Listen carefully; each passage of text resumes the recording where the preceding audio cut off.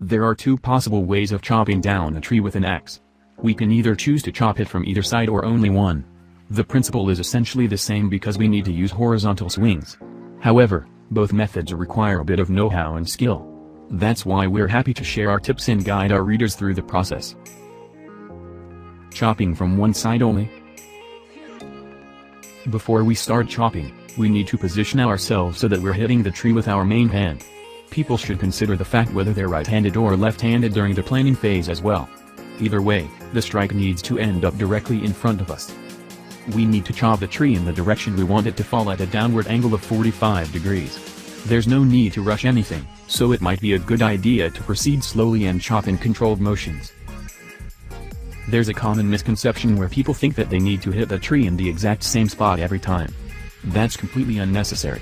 In fact, it should be avoided because we need to make a wedge-shaped cap in the tree's trunk. Why do we have to do that? Because that's going to direct the tree where we want it. Chopping from both sides, V-shape. The chopping principle for the second method is almost identical except some minor differences.